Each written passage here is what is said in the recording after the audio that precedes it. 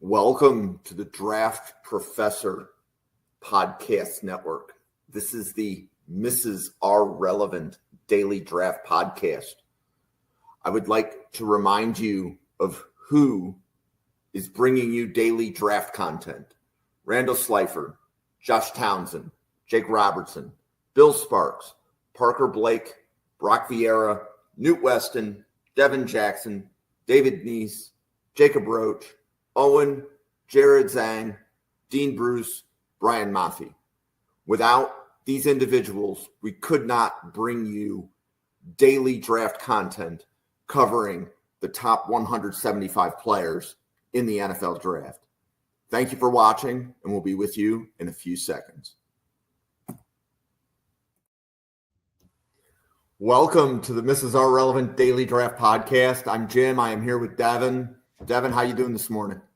Doing pretty good. Thanks for having me on again, Jim, to talk through some edge rushers. And like I said on the last episode, this is always a great time of year to really get familiar with a lot of these prospects as teams are starting to file their final grades for the NFL before the draft process, for the NFL draft, I should say, on these draft eligible prospects. So always a good time to talk a little bit about the edge position, a position that's probably one of the better ones in the 2025 NFL draft, and looking forward to talking through them.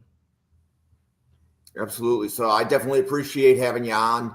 As the intro said, we try to cover players that are going to be drafted in rounds 1 through 5. So if you hear Devin or me say a name that you haven't heard before, this might be one of the few channels you'll get some detailed information on. But let's get this started with Illinois edge Gabe Jacas. Yeah, he's a really, really good player for that Illinois defense that was really impressive, and I think have a couple of future draft picks along that front line and secondary. I also think Seth Coleman has a good chance to get drafted in the late rounds, as well as Miles Scott and Xavier Scott, both in the backfield in terms of coverage. But Jacas, he's been really impressive. A guy that is well built, listed at 6'2", 275, and he definitely plays like that on his film. His best game, I think, from the past season was against Michigan, and a huge help in helping Illinois knock off Michigan. But he did a really good job of turning the corner, using his explosiveness, his first step, bend to be able to pressure the quarterback. He was charged with 2.5 sacks, and he had at that point a sack in 3 of Illinois' first 4 Big Ten games, and he continued throughout the season. He does a really nice job showing effort if he stopped on his initial pass rush, able to use some of his length.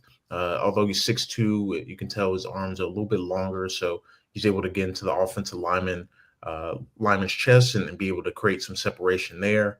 So he's experienced pass rusher, a guy that I think made a nice jump this season. And right now I currently have an early day 3 grade on him, a 4th round grade on him, just because I think, he's still kind of learning in terms of trying to build a pass rush plan a little bit more consistent, having some more counters. But the baseline and what he's able to do when he, takes a snap and is able to pressure the quarterback, he does a pretty good job of turning the pocket. Yeah, and I've read a little bit on Gabe Jacas, and I've read 3-4 outside linebacker, 4-3 defensive end. Do you agree with that assessment, or would you suggest he's going to be better at one role than the other? Yeah, I think depending on what you're looking for in terms of a guy that I think is probably going to be a designated pass rusher at the NFL level, I think probably lean more to 3-4 outside linebacker, just because I think he does have some athleticism, some ability to potentially drop in coverage. But then again, if you just want him as that kind of pass rushing specialist, I think he's more kind of a scheme versatile guy. Come to think of it. Cool. Okay, so we will move on to our next player, Fadil Diggs from Syracuse. Yeah, Fadil Diggs' name has kind of been flown around for the last couple of years. He started his career at Texas A&M, where alongside a number of great guys to come through that program, they really recruited the defensive line really, really well. And you've seen it kind of pay off with the number of guys that they either brought in or been able to develop. But Fadil Diggs was one of those guys that, was just experienced, played a lot of football, was more in a rotational role early in the Texas A&M career. Then he got more of a every down role by the time he was a sophomore and junior. And he really flashed. I think his best game in his career probably was against Alabama last year when Texas A&M played Bama at Bama. And he was able to really cause some havoc in the backfield and did really nice things and turn the corner, winning on the outside shoulder, using his effort and closing speed to get sacks. At Syracuse, I don't think he's quite taken that next step in terms of being a dominant force of the defensive end. But I think he's a guy that probably early in his NFL career is probably going to be more of a depth piece. Another guy I think can give you some juice as a pass rusher on third downs in situational settings. So right now I have a 4th, 5th round grade on him just because I think he still has some more to tap into. Has good size, looks at 6'4", 261. Like I said, well built, able to turn the corner. But I think in terms of being able to kind of build out a pass rush plan, I still think he's still at that first step and being more of a speed rusher than anything. Okay, thank you. And the next player up, Derrick Moore from Michigan. Yeah, Derrick Moore is such an interesting player. Came to Michigan and it was a guy that really this season he's really I feel like been a consistent force for that Michigan defensive line. Only 21 years old, a guy that continually got better over the course of his career and just really improved year by year. I was really impressed with him, some of the early season things with him. I thought he came out and played really, really strong and held his ground early in the season. But as Michigan struggled over the course of the year, they struggled to get into the backfield and create negative plays. He only finished the year with 2 sacks, 4 tackles for loss, but a number of pressures. That USC game is going to be one that I think teams are going to look at and see kind of the potential with him. He's only a junior, still has another year eligibility. So he could be a guy that, decides to come back and maybe boost his draft stock. But I really like Moore as again, more kind of a depth piece kind of early in his career.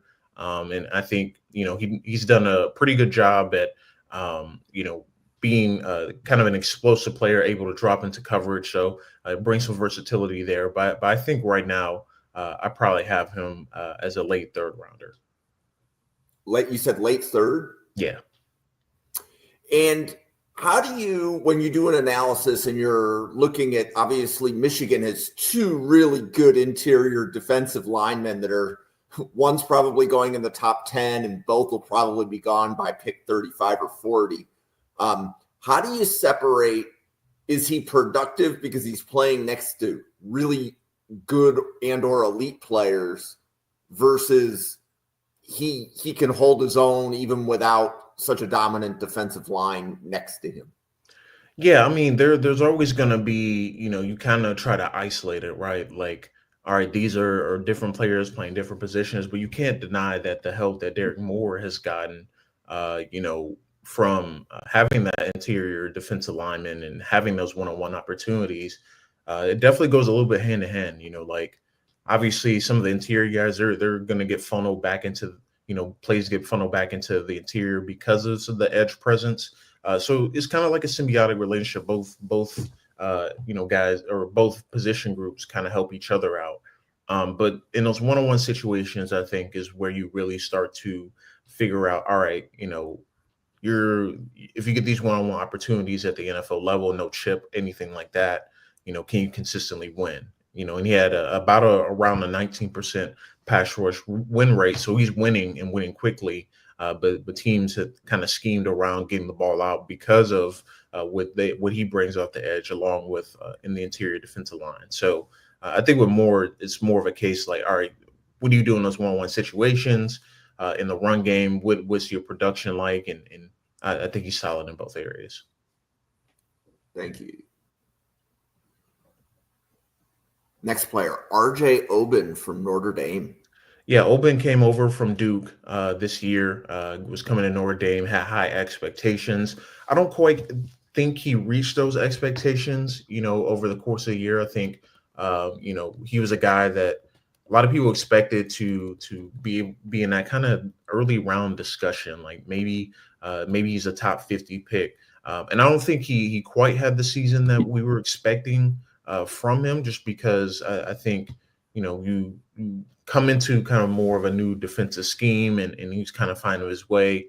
And then the production, kind of really bit him this year. He only had half a tackle for loss, only had 14 total tackles, so not quite the juice and kind of the explosiveness that you saw on his Duke tape, and some of that length as well. So I think he's a guy right now is probably in that fifth, sixth round discussion. Unfortunately, because he just took a step back this year as opposed to what he was bringing to the table when he was at Duke, and kind of really burst on the scene as a legitimate edge rusher. So I think he's a guy that definitely is going to need a big draft process and really show some of the athleticism. And still a chance that a team takes him early day 3 because of his athletic tools, but right now I have him in the fifth, sixth round area. Okay. Next, Patrick Payton from Florida State. Yeah, it's a guy that was extremely high coming into the season. Obviously he made a lot of plays opposite of Jared Verse, and was a guy that was expected to be again another guy in that top round discussion. But again, it was kind of the struggles of Florida State, especially this year, and how things kind of just fell off the tracks a little bit, kind of really hurt him and his production. On the year, he only finished with 4 sacks, 11 tackles for loss. I mean, in kind of his breakout 23 campaign, he was a little bit more disruptive, a little bit more prevalent in terms of making negative yardage plays. He had 14 and a half sacks and 14 and a half tackles for loss and 7 sacks last year. So again, a guy that kind of has kind of hurt a little bit by some of the team struggles this year, but also just some of the inconsistencies, and like he would win a rep but wouldn't finish at the quarterback, or he would get himself out of a running play by coming upfield. So things like that really kind of, I think, made a little the consensus a little bit lower him. I think, to me, he's still a third rounder for me because I saw what he did the year before. I still see some flashes of what he can bring and the potential that he brings. So he's a guy it's probably going to be more in that developmental bucket. So I can see him going in that third or fourth round area. But right now I have a round 3 grade on him. Okay. And would you take, or let me rephrase the question, between Derrick Moore of Michigan and Patrick Payton, who would you have higher on your board, and how close are they? Yeah, I think they're pretty close in terms of cluster. I probably have Derrick Moore more in the top 70 area, and Patrick Payton probably in the 80 85 area, just because I think Payton, is still going to have those tools that teams want, still have the athleticism that he brings. Bit of a wiry frame, so I think he's going to need to fill it out a little bit. But Derrick Moore, I think, is a little bit more of a complete player today than Patrick Payton. Okay.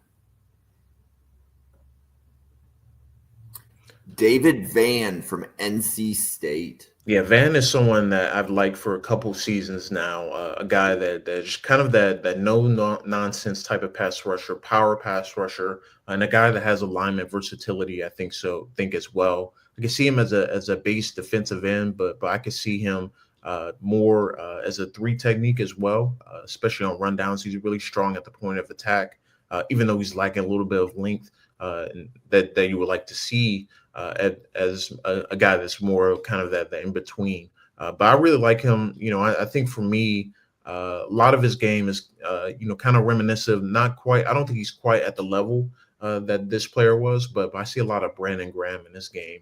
Just how he can condense plays as a run defender, able to use some heavy hands to win on the outside. He has a little bit of juice coming off the edge, although I don't think that's really his strength necessarily, speed rushing. But I think with Vann, you're getting a guy that is really solid through and through, a guy that can play some three technique, can play some base end, and do some nice things for you. So he's a depth guy for me. I have a late fourth round grade on him, and I could see him getting a mid-day 3 draft selection by the time draft rolls around. Awesome. And I know from draft Twitter, there's probably not a lot of people talking about David Vann relative to a significant number of the edges that we've already discussed on the show, whether it be this episode or others. So I appreciate you giving David Vann a shout out. Yeah, absolutely. He's a guy that, like I said, I've liked for a couple years. I thought, he really popped on the scene for me last year when he had a really, really good season, or not season, but a really good performance against Notre Dame. So he's a good player. Okay, so hitting our big finish here, we've got a couple of guys left. Kyle Kennard from South Carolina. Yeah, Kennard really has taken that next step as a pass rusher that you want to see. He just wins and wins instantly. Violent hands, able to win on the outside, shoulder of offensive tackles, able to threaten speed to power. Really a guy to me that's probably done the most help to his draft stock coming into the year. He was a really good player at Georgia Tech and did some really nice things and flashes playing opposite of Keon White, but this year, South Carolina, he's really taken to another level and been a dominant force in the SEC. Alabama struggled to block him. Pretty much every team that faced him struggled to block him. Even LSU, Will Campbell has some issues with him as well, and some of his power. So to me, Kyle Kennard really is solidified to me that he's a top 50 player, undoubtedly. And to me, he gets a second round grade from me just because I think he's done some really nice things. He's going to be a really strong edge presence immediately from the NFL level. And we've seen guys with kind of his power profile really do some nice things at the NFL level. You look at Jared Verse this year as a rookie, he's tearing things up. And really some of the power guys with some of his profile over the last few years have done some nice things as immediate edge rusher. So I think he's an immediate contributor, a guy that I could see starting as a rookie and do some nice things at the NFL level. Okay. Would it surprise you to see Kennard go in round 1? At this point, I don't think so. You kind of look at the end of round 1 and look at that area and say, okay, that makes a lot of sense. I think I would throw him in that bucket, Landon Jackson from Arkansas in that bucket. There's a couple guys that a little bit older, but are really stout as both run defenders and pass rushers, although I think Kennard has more juice off the edge than Jackson. But those are two guys I can see that maybe don't necessarily have those early first round grades, but the teams could really like them through the draft process and end up selecting them late in round 1. Cool. I look forward to seeing your edge big board. Yeah, it's a deep board. It's a deep class. I think edge and tight end are probably the two position groups that have a lot of depth. That you're getting some good players even on day 3 of the draft. Okay, so next edge, LT Overton from Alabama. Yeah, I got a chance to see Overton in person this year. I went to the Alabama-Wisconsin game early in the year. And honestly, I wasn't going for Overton, but I left the game really intrigued by his speed, his size combination. But he's a guy to me that could be a candidate to go back to school. I think he started the season off really, really strong. That Wisconsin game, kind of sticks in my mind as one of his better ones. But over the course of the season, you didn't see kind of that consistency from game to game. I think he's still learning his pass rush plan a little bit, learning how to have counters. And frankly, they're using him a little bit all over the defensive line. Sometimes they'll reduce him down to get some interior pressure. Sometimes they'll just let him come off the edge. So he's kind of another one of those guys that can go kind of play a little bit of both ways in terms of like, all right, you can play out on the edge. You can play a little bit in the interior. So to me, right now, I probably have a mid-second round grade on him. I see the potential in what he brings. I see the size and explosiveness combo. You really don't see a guy, that moves like a 240 pounder, and he's listed at 283. So there's some rare qualities that he has coming off the edge, but I still think he's an unfinished product and a guy that's more high upside than a high floor guy. So I think right now I could see him going really anywhere between that end of round 2 to early round 4, just because I think teams are going to have different views and assessments of what he brings. If he declares he's only a true junior. And this is what I think I heard you say, but correct me. So, okay, and I'm going to make a comparison to Kennard. So you have Kennard higher on your board. Right. But I heard you, I think, say you think Overton's ceiling might be higher. Yeah, I think so. His ceiling is I don't think he's close to getting there yet. When you look at Kennard, he was a 5th-year player this year.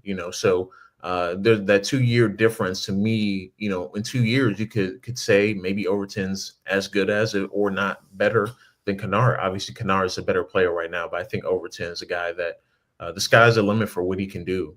There just not many guys with his size and qualities and athleticism. With that, all that combined, and still show some flashes. As a 3rd-year player, a guy that didn't really play a lot at Texas A&M, so he's really starting to get a lot of his heavy first snaps of his career this year. And last, the big name for the show, James Pearce from Tennessee. Yeah, Pearce is a guy that really got to a slow start, in my opinion, this year. Didn't really create as much pressure and havoc as he did earlier in the year. And Tennessee's edge rotation has been a little bit weird. There's some games that James Pearce has started, some games he hasn't. But in terms of the explosiveness and ability to turn the corner and still turn it on, I mean, he still does that at a really high level. He can rush the passer on the inside and outside track. He has a swim move. He has the ability to go speed the power and use some of his power and length as well. So he's still a really good player. I still think he's a top 20, 25 player in this class in terms of what he brings to the table, his value as an edge rusher. And again, you're projecting him what he can be. And he's another one of those guys that still you're kind of waiting for him to take that next step and kind of being more dominant on a down and down basis. I still think he leaves some things to be desired as a run defender and being a little bit more consistent in using his body and his length to disrupt run plays. There are times that he does it really well, slants inside really well. And there's some other times where, he's at the point of attack and kind of gets washed out of the play. So I think his handwork still needs to get there a little bit, but in terms of the explosiveness, what he's able to do as a pass rusher on obvious passing downs and the two-way go he can go as a pass rusher, that's still a top 20, 25 player in this class. So I still have a first-round grade on him. He's more, to me right now, I think I slotted him at about 16 on my board currently. So still a really good player. I think he's a guy that's going to go early in that second half of the first round, at least right now. But I could certainly get on board with him as a top 10 to 15 pick. Okay. And Pearce, when I was doing some of my preseason research, May, June, just kind of setting up a board, Pearce was usually in the top 5 or top 10 of nearly every board that I saw. And so like between him, Scourton, Abdul Carter, who do you have ahead of him? And then who's your edge immediately behind him on the board? Yeah, so I have just Abdul Carter in front of him. Okay. So I do have Pearce ahead of Scourton right now. So Scourton will be the next edge guy after Pearce. Okay. Cool. So I believe that is all of our edges for this week's episode.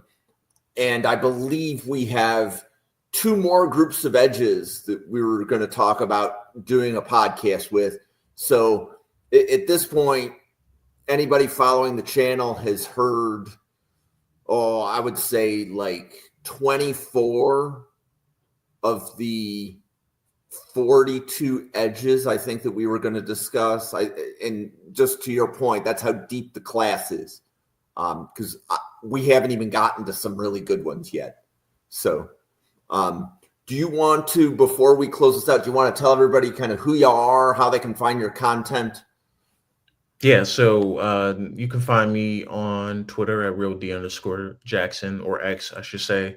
Find all my work at the Philadelphia Inquirer. Going to start doing some draft work here probably in the next few weeks, as we inch closer a little bit to some postseason play, and then All-Star game, the All-Star game circuits with Senior Bowl and Shrine Bowl upcoming. So looking forward to those things, but yeah, that's where you can find me. Fantastic. Well, Devin, thank you very much. We definitely appreciate you coming on the podcast, sharing your scouting reports. And sometimes David's here with you, and it just didn't work out today when we were recording. So it was just you and I. But truly appreciative to have you involved on the channel. And I definitely look forward to our next discussion on the Edge class. So thank you. Yeah, absolutely. Thanks again, Jim. Okay, so.